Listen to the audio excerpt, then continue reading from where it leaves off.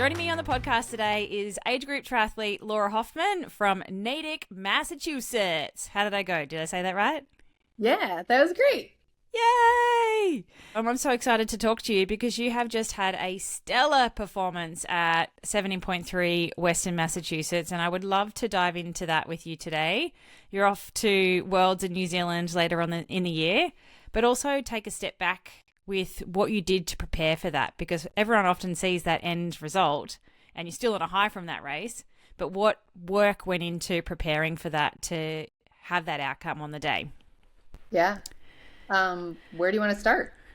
So tell me about, I want to know about your race. Well, I haven't Okay. talked to you about it yet, but did you go in to that race going, this is my goals? Like, what were you trying to achieve by doing that 70.3?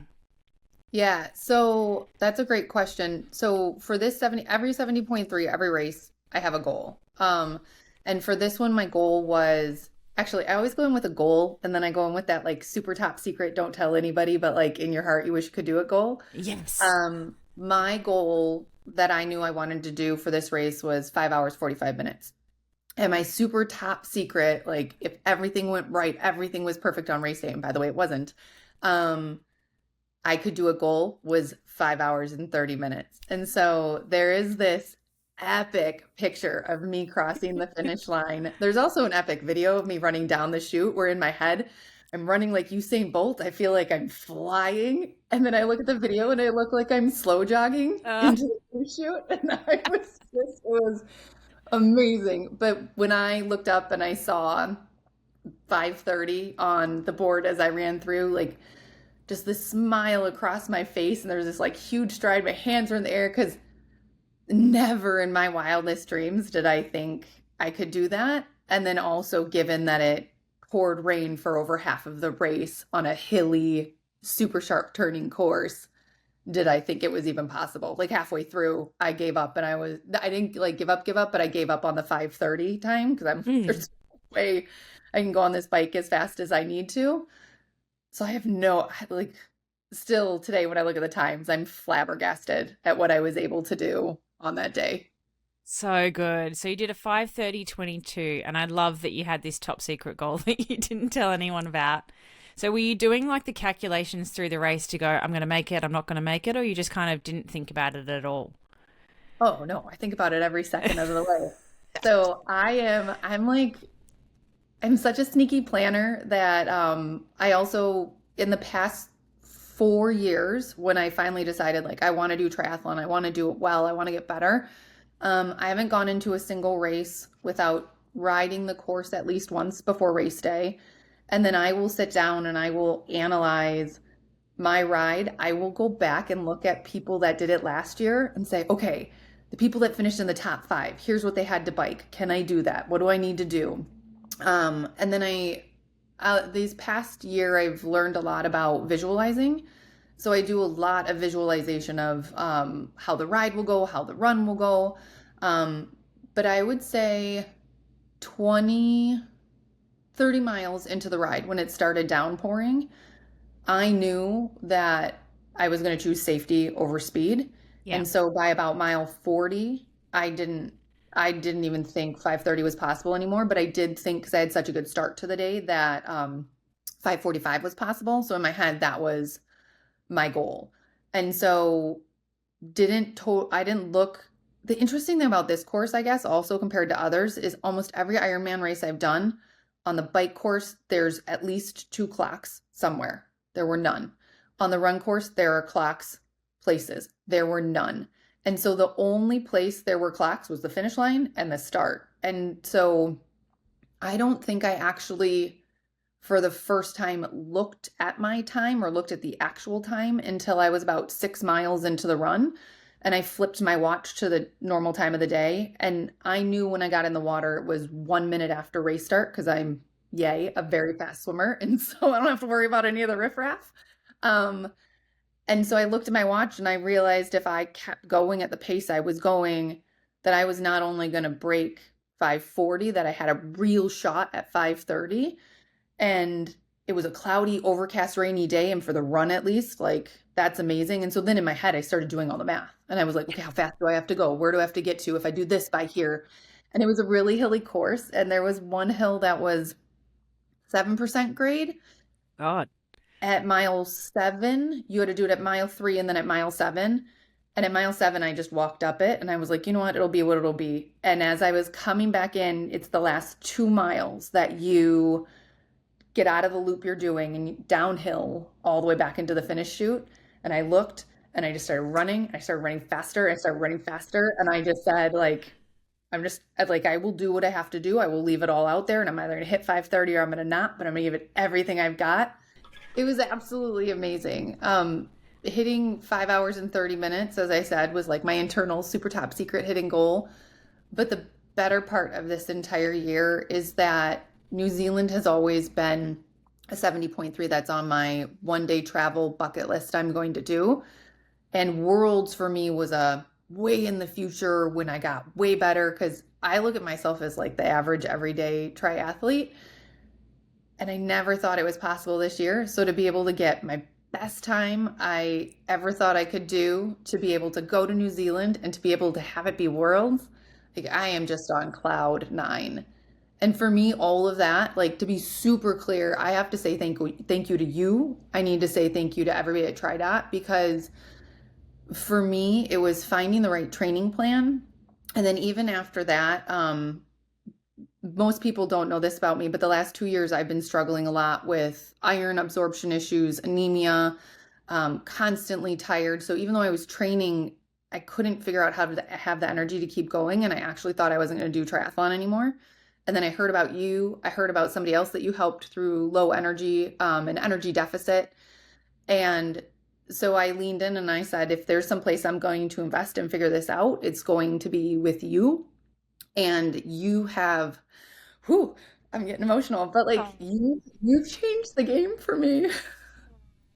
Big love. Thank you. So I it's been 2 years since I've raced. I got a 20-minute PR and I did it feel like I crossed that finish line and I like collapsed. But I did it feeling strong, feeling good. It's the first time I've done a race where I haven't had gut upset. Like it's your course, it's for real. And half of it is what we learn, but the other half of it is you and you being able to help each of us figure out what we need for ourselves. And I think the thing for me that I was most curious about, but also most skeptical about is how do you take a course with multiple people and not have it be cookie cutter or so generic that maybe the things that aren't working for me or the things I'm struggling with, we're not going to be able to work through, but we did. And I did it with you. I did it with the group. I learned so much from like our amazing cohort, from your classes, and from all of the stuff you've had me practice and implement and practice again and change. My coffee habit. I now wait a full hour after I eat and I'm okay versus it having to be like that first thing in the morning. I'm going to lose my mind if I don't have it. Yeah, sorry. Yeah. So Mean thank well, you. but sorry. Oh, so yeah, you've been a game changer for me and thank you. Oh, thank you. You're gonna make me cry. I'm not allowed to cry on my own podcast. So, can we dive into some of that stuff? Because I remember when you first came through the program, you started in July 2023. So, you've just finished a couple of months ago. And yeah, you were struggling. Like, you had no energy, your iron levels were through the floor. And yeah, you had no idea how to fix it. So, what are some of the things that you were struggling with before you started? And then, what sort of things did you work through over the last 12 months to get to where you are today? Yeah, that's a great question. So before I started, I honestly, and I'm sure a lot of people will totally resonate with this. I was like, I'm a healthy eater. I eat some sugar, I eat some snacks, but I'm a very healthy eater. I'm a very active person. You But never sit still. Like for no, ever. I travel everywhere. I'm always on the go. I'm out hiking. I'm running my dog. I'm training for triathlon. Like I mean, most people, and it's funny because until I took your class, most people would say, well, yeah, Laura, with everything you do, of course you need 2 naps a day. Of course you're always tired. Of course you're running on zero. Like, you never stop. Um, and now here I am almost a year later, and I was like, oh my gosh, that's not how this has to be. And Yeah. I can immediately tell when the steps I'm taking, the things I'm doing get out of sync because Yeah. my energy starts to like Yeah. decline, or I need more coffee, or I want a nap. I hate But that. I hate that as triathletes we kind of wear that on our shoulder a bit. It's just like, well, this is you're meant to feel tired, you're meant to feel fatigued, you're meant to be like needing a sleep in the afternoon, and just like, no, you don't. You shouldn't feel like that every day, and it's not until you feel more energized. I always call it supercharged because that's honestly how you feel when you get your nutrition right. You should be able to feel supercharged on a daily basis and do all the things that you want to do and not be like, okay, well, I'm a triathlete, so this is just how it's meant to be. There's another way, promise. yeah, there is, and it's your course. Like that's super clear. It is either But working with you, taking your course, but it's nu nutrition really is the fourth leg of triathlon. And it's so let me back all the way up to where I was before I started your class, and then all the things that I've learned and changed in the past year. Because there's a lot of information out there, and I think the thing that most people never realize is triathlon is so different that you can't just listen to the stuff out there about doing intermittent fasting or doing stuff the way bodybuilders do stuff or doing keto or any of that because it doesn't work with our bodies and what we need. But amen. where I was when I found you was a year into having to have iron infusions every 3 months, sleeping taking 2 to 3 naps a day during work days, like having to exit meetings, take a 20-minute power nap, get back on, get through as much of my day as I could, and then sleeping like a rock all night, getting up. If I did a workout, I'd need a nap immediately after. Um, yeah, one of the biggest things I learned is you're supposed to fuel within so much time of finishing a workout, and I was not doing that. You were Um, sleeping. yeah, I would come home, I would shower, and I would sleep, and then I would worry about eating or going about my day or whatever else it was, and I lost so much Mm, time sleeping, yeah. um, that it is amazing how much more I fit in a day now. And let's be clear, I fit more stuff in a day because I definitely don't stop moving. Um, but when I found you, it didn't even take, I think, 2 months where I came through after one of our first classes. I was a little nervous about how much time all the homework, the prep, the learning, the practicing would take. And it turned out to be, I mean, it was a little much because you're trying to fit something new in. But then Mm, as we got rolling, it's like, oh yeah, you just like fit this one thing into your schedule and you keep on going. And it only took like the first 2 classes before with each of us that you were able to say, okay, this is your situation right now. Go try this, go do this, take this one little step. And it was bite-sized pieces of information, bite-sized pieces of adaptation of trying that within 6 weeks I was drinking, I think I told you one of my first classes, I was drinking over 2 pots of coffee a day. I'm yeah. now down to 1 cup of like half caffeinated coffee, and Yeah. that gets me through the whole day. And I know you feel it, decaf goes in the garbage, but like it is mind blowing for me how much I've been able to reduce the amount of caffeine I take and increase the amount of energy I have by changing just little things about my diet because I am fairly healthy. I do still eat a lot of the same things. I don't crave sugar as much anymore because I'm not dead tired. Yeah. So that probably helped a lot of stuff too, right? Because when you're drinking 2 pots of coffee and you're eating all kinds of chocolate and candy and cake every day, Yeah. It's a band-aid. yeah, yeah. Um, so yeah, so that's where I started. About 6 weeks in, I started to have more energy. Since starting your class, I actually thought about this today because I go back to my doctor on Monday. I will not have had an iron infusion in a year. So since starting your class, Yes. yeah, I have not needed a single iron infusion. And to me, that that like speaks worlds of how much it really is that if you do your nutrition right, um, that you can fix the things going wrong in your body. And so you don't need medicine, like some medicines, some prescriptions, so like having to do an infusion, it's all a band-aid to an underlying problem. And this for me was eye-opening about how much nutrition and doing it right in the right way for you and your body, um, it's just night and day. It's night and day about what it can do. Yeah, I hope everyone can feel that at some point in their life because we do band-aid stuff with, iron infusions, and I'm very much about like setting you up long term. Like, yes, it's a 9-month program and it is work to get there. Like you said, like it's a little bit of time. It's an hour or two each week, but I want the effects to last forever. Like you spend the time and you do the work once, and then I want you to be like healthy and performing to the best of your ability forevermore. It's a one-time thing. Like actually spend the time to work on yourself to set yourself up forever. Yeah. Yeah. And then not only did that change for me, um, so as I mentioned, this is the best I've felt through a race ever. I shared with you and our cohort that when I did my Ironman, I got super bad gut upset. I got super bad acid reflux in the middle of the race.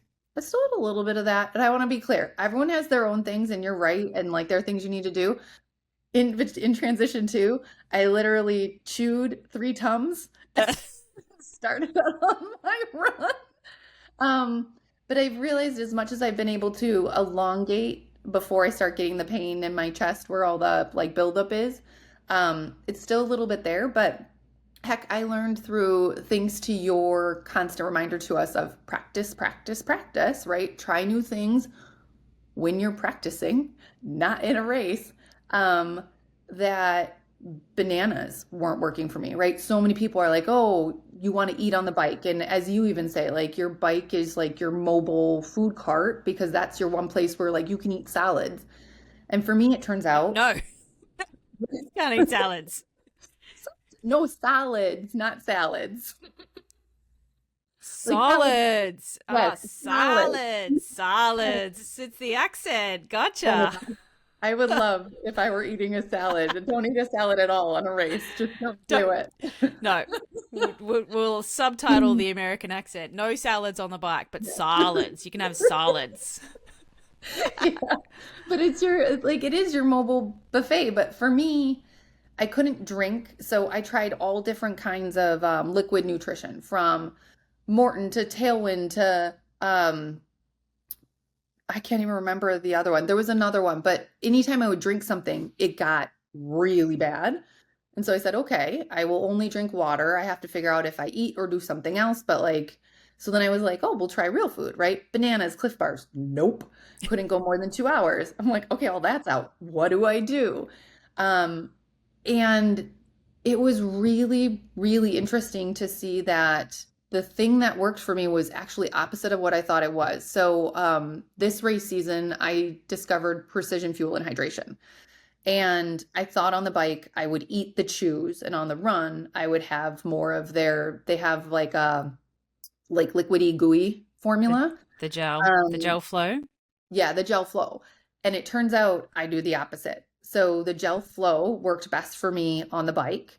Um, it actually flew off my bike at mile 54. And I was like, well, there goes my nutrition, but I'll pick up my other nutrition in T2. Um, and Whoops. then I did there, yeah. It just went, I was just like, whatever. At least I made it to the end of the ride. Um, and then I did the chews on my run. And they're very like the taste of just sugar and nothing else to it. Now, I used to do Cliff Blocks. I can't even do those. That taste is now so strong. Um, and I've learned that my body doesn't love real food when I'm running. It needs that perfect 2-to-1 ratio of fructose and glucose to fructose. Um, and it's been great. I had no gut upset. I had a little bit of tightness in my chest the last 30 minutes, but it is by far the best my body has ever felt during a race. And so that's also testament to everybody's different. and different things work for different people. And so you really got to like try things out if you want to know. Yeah, and it does take time. Like that's only going to get better over time too, I would think. You know, this is the first race where you've had your nutrition all dialed in at the end of our program. And then from here on in, you know how to tweak it and adjust it and evolve it over time. And I would suggest that those symptoms go away altogether with some, gut training and really dialing in your products. Yeah. Yep.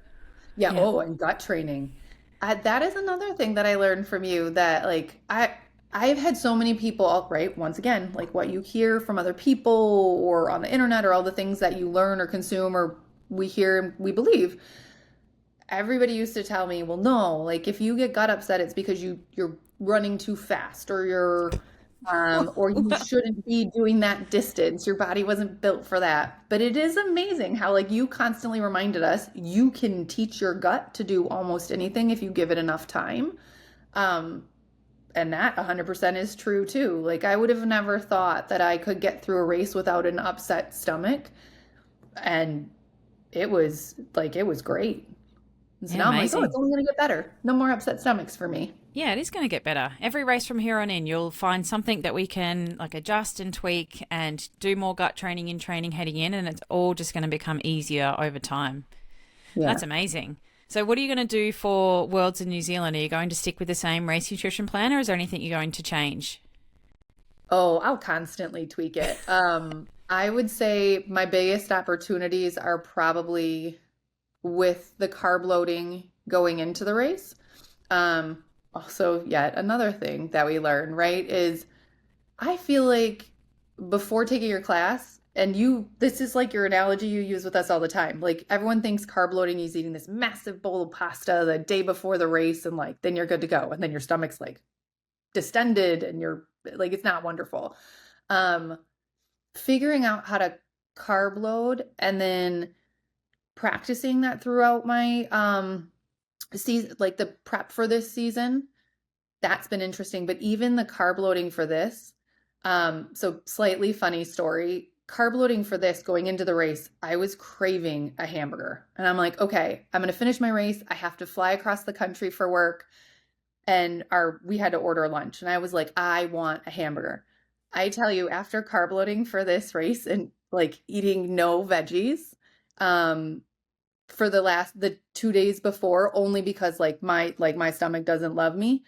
I got to work and I was like, can I change my order? I just want a really big salad. I just want a salad. And everybody laughed at me. But it worked. It like the carb loading that I did this time worked perfect for me.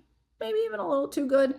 Um, I didn't like some of the things that your body should do, like didn't love me until after the race. And so I was like, okay, maybe a few too many carbs for me. And um, but I feel like the difference too will be this race was an hour from home. And so I was able to do everything from prep all my meals at home to eat specifically what I wanted to the day before, have my morning breakfast, take it with me, right? I put everything in the car and I took it with me.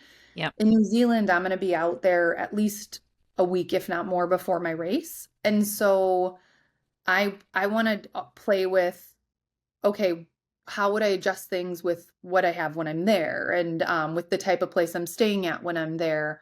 And then also keep playing with it to see if there are other combinations or things I can do with food that maybe just tweak it, give me a little more energy and a little more oomph. But yeah, I feel like there's always opportunity there. And then I want to keep playing with the other big thing I want to keep playing with is my fueling for my ride and my run. I think I still have a ton of room to optimize there, and I'm just getting started. And so it will also be a hot race. And so I want to try to figure that out because it'll be cold here in the United States, but it'll be hot over there. Yeah. So right now, while we're in peak heat here in the US, I'm like playing with all my things so that I can get as much learning as I can so that I'm ready for that. Yeah, it's a great idea. You could also just come to Australia a month early, hang out with me, do some heated adaptation in Australia Fun. before you go to New Zealand. I mean, I could. The biggest fear, I was like, oh, I'm in, done. But I just Only if, don't know only how I if would work. You can work from here. We have internet down under in Australia, as long as you bring Scout, your dog, with you.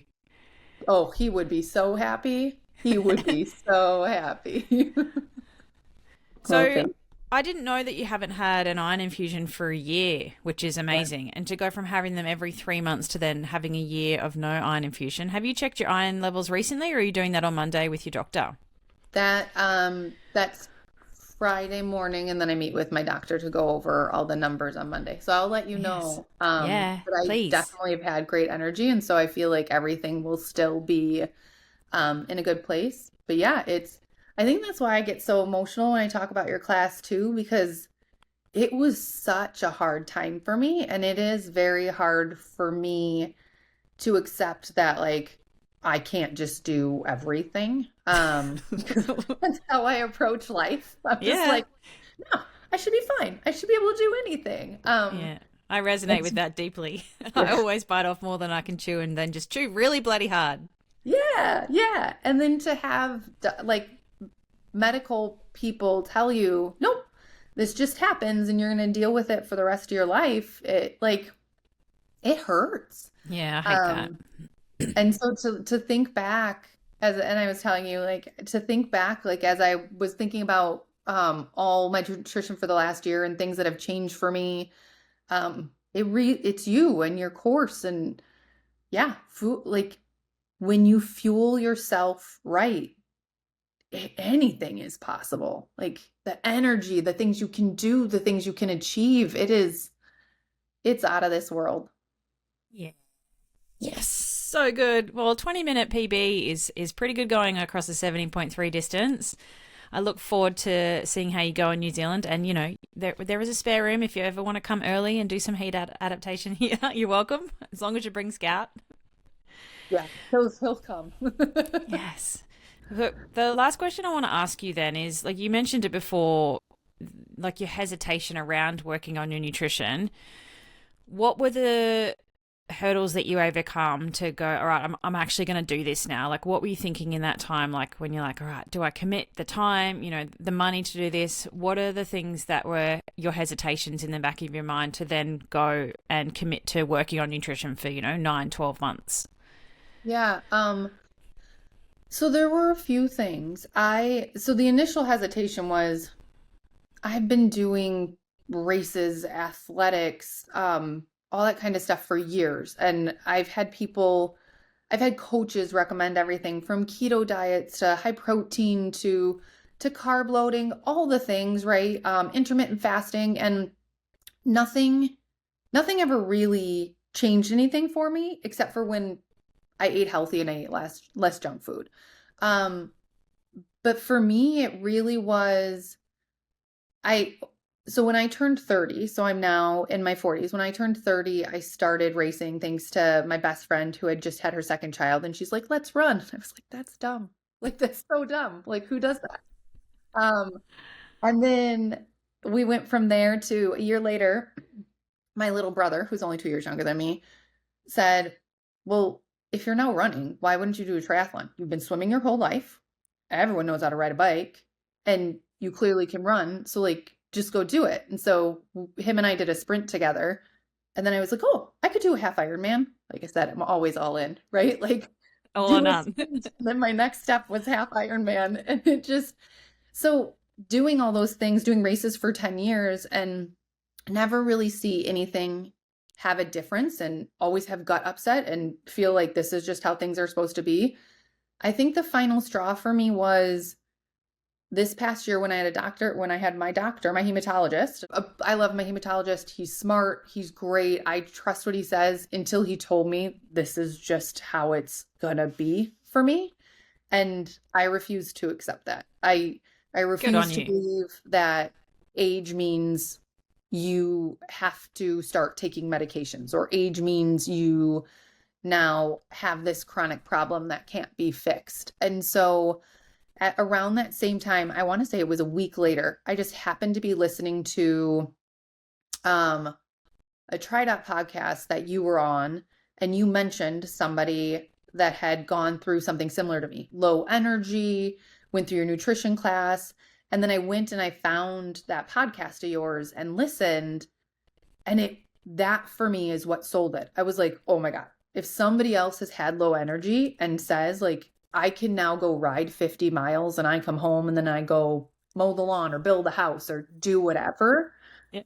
sign me up, because there's got to be something other than being hooked up to an IV every 3 months just so that I can have energy to sustain me for 3 more months until I go through it again.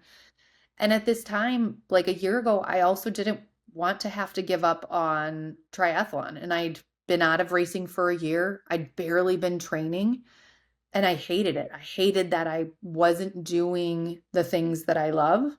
And so I leaned in. And I would say for anybody doing triathlon that this is a very different sport than everything else out there, than CrossFit, than power building, than marathon running, half marathons, than endurance biking. It is an endurance sport, but it is very different. And your class teaches everybody it teaches us the skills we need to figure out how to be the healthiest, fastest, best version of ourselves we can be. Because I don't know a single person that has gone through that hasn't seen gains in speed, because we also now have gains in energy and the way we're eating. I'm going to dub you the Energizer Bunny from here on in, I think, because you literally don't sit still. Like you still do CrossFit type training as well as triathlon, and you go hiking all weekend. Like you do not sit still. And I cannot believe that you survived life before, like with 3 naps a day, 2 pots of coffee and heaps of sugar just to survive. Like that is just crazy. So thank you for like sharing your journey with us. Deep love. I love that, we've revolutionized your entire life just with a little nutrition program, right? You have. And I wouldn't call it a little nutrition program. It is like it's like the secret. It is the secret sauce. So anybody that loves, this is a US thing, but In-N-Out burgers, or I swear every burger today has some secret sauce on it. Yeah. Your It's just nutrition MSG. Class, yeah, your class isn't. Your class is like the secret sauce on the burger. It takes it to the next level and it makes it so great. So yes. Yeah. Everybody should take your class. Everybody. Oh, thank you. I didn't pay her to say that. Nope, you didn't. I am a person that if I do something and I believe in it, I tell everybody. And it's interesting because even at the race, prior to the race, so I told like 5 people about the Nutrition Academy and about TriDot. And it was so funny. Mike was with me and he was just like, I can't believe it. Like he's like, you're telling everybody about all of this stuff. He was like, you need to be paid by all these companies. And I was like, no, like if I believe in something, I will tell everybody about it. Cause if it could change something for me, it could change something for you. But if I don't speak about it, it means I didn't believe in it. Cause I'm willing to try almost anything. But I only stick with the things that work for me. That's why I still do CrossFit when everybody tells me not to, because I love my people. And it's another way for me to, I don't do CrossFit the way CrossFitters do CrossFit. I do CrossFit and I strength train and then I get to work out with some of my best friends. But yeah, then I come home and I run my dog for 2.5 miles or hike with him. And then I get on a bike or I go swim or go for a run. And then somewhere in between I work and I sleep. I don't know. And I still manage to meal prep and eat well. Yeah. See, if you can do it, anyone can do it. That's right. I can't believe you survived your life like that with no energy before. But anyway, I'm glad that you're fixed. I'm glad that you're fixed and you're still it is only the beginning of your journey, right? You can still change so many things and tweak and evolve things so that you are feeling completely alive and energized through all of it with no negative symptoms in a little bit of time. So good. Yeah. Well, thank you so much for sharing that with me. I was really excited to talk to you about your race at Western Massachusetts because I haven't talked to you yet. And I was like, yeah, go Laura. And I look forward to seeing how you go in New Zealand later in the year. Me too. Maybe I can go sub 5:30. We'll see. Yeah. Don't tell anyone your super secret goal, right? You can't put it out into the universe because what if then it doesn't happen? That's So, okay. yeah, We reassess and we try again. very true. Very true. Oh, thank you, legend. It's good to talk to you again. And yeah, thanks for joining me on the podcast. Thank you.